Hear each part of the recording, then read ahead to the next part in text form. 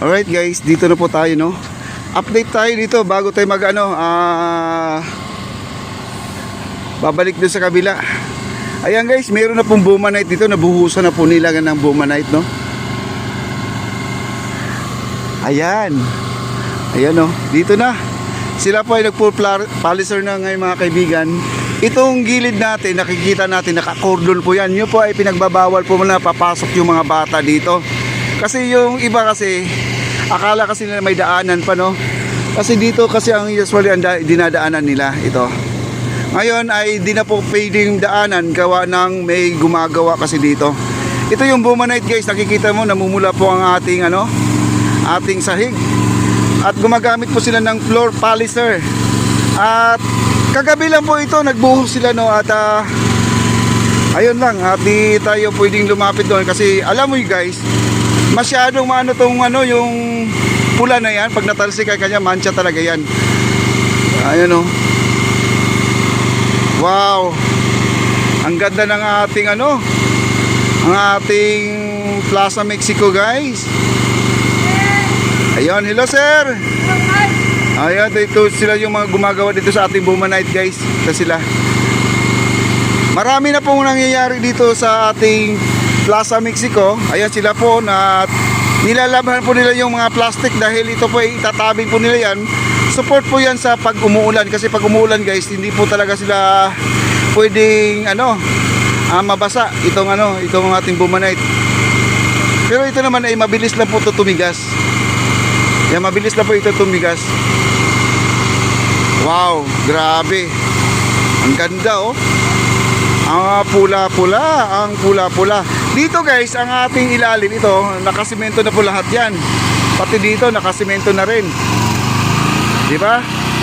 Wow. Kita niyo naman, pulang-pula yung yung yan, parang hindi siya red cement guys, ibang klase ito, para kasi siyang goma. Para siyang goma. Ayan, oh. Marami talagang tubig ang kailangan nila dito kasi yun ang yung hinuhugas sa ibabaw para matanggal yung kulay pula. Ayan na, oh. Nandito na po sa atin, palapit na.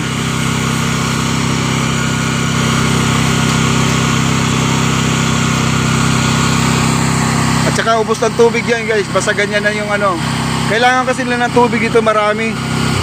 Ayan, wala nang tubig yan pag ganyan na. Wala nang tubig yan.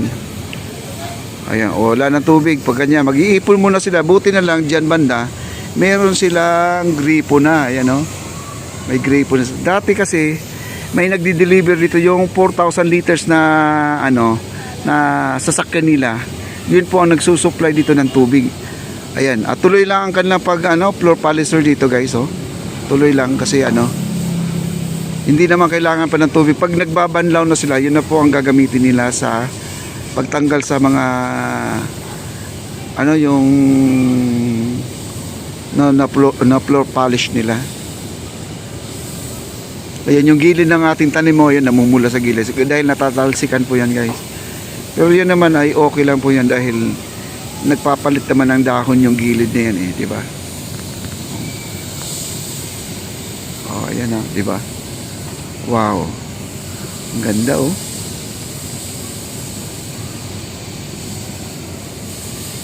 Wala na guys, parang lang to, ang kulang na lang dito poste. Ayun po mga poste natin, oh. Ayun, nakalagay, nakatayo na po yan mga poste natin. Tapos yung bollards, wala pa yung mga bollards natin. Yan po nga PVC nakatayo dyan, mga bollards. At yung ating yung wall doon, yung binagbag nila, hindi pa na semento guys. Ayan, oh. Ayan. Tapos ang tanim natin, wow, mayroon pa palang kasunod na tanim guys. So ayun, oh, maganda dito, oh. May kasunod na tanim din pala. Ayan.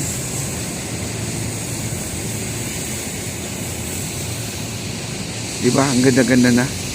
Tapos yung ating mga bricks doon, yung tinatawag concrete tiles, nilalagyan nila yung gitna ng damo. Ayan, oh, diba? Ang ganda-ganda na. Ayan, nag-iipon muna sila ng tubig kasi naubusan sila ng tubig. Ayan. Ayan, dito na sila. Oh.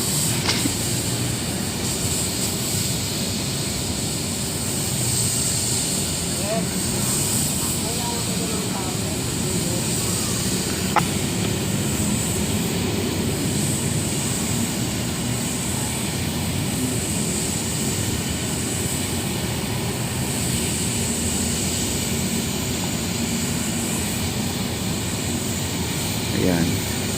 Talagang tinatanggal yung ibabaw, guys. Kasi nung in-apply yan, makinis yan. Kailangan talaga magiging magaspang siya.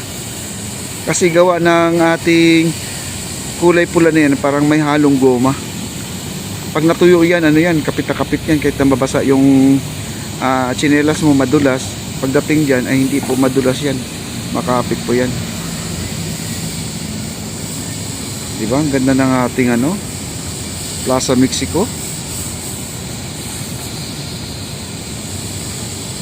Kasi nung dumating dito yung truck, guys, bali ano lang yun, parang meron kasing tatambakan pa doon sa kabila, yun nandun, yung race niya doon kasi nilagyan din yun. Di ko lang alam kung i-floor polisher pa nila yon, kaya medyo nabitin. Pero ito naman ay tuloy-tuloy na kasi ito ay gawa na po yun, no? Inayos na po ni Foreman Cano ito. Ayan, no? Inayos na po ni Foreman Cano yan. Kaya mabilis na lang po, latag na lang po sila dito. Ayan. Kaya mga bowlers natin nandito pa. Ayan, mag-i-spray na po sila doon. Ayan, tuloy po ang kanila pagpa-flashing.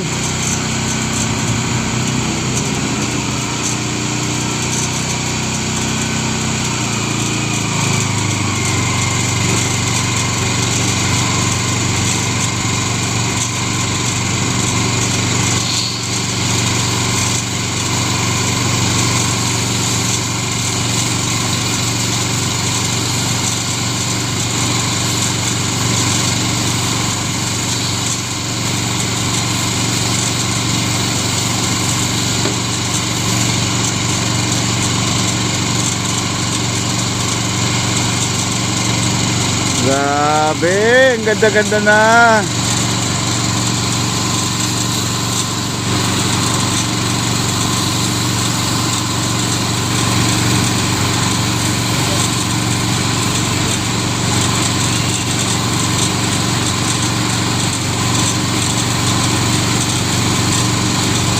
Yeah, matatalsikan ka na ng tubig dito, guys. Mamumulan yung mukha mo dito.